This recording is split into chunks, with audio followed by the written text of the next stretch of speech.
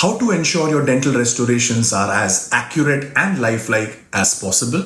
First things first, it's vital to send your dental lab all the diagnostic materials, including photos and videos of your patient.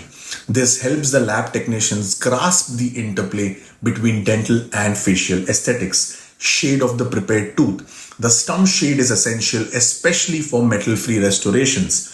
Because of the translucency of the material used, the underlying tooth color can influence the final appearance of the restoration.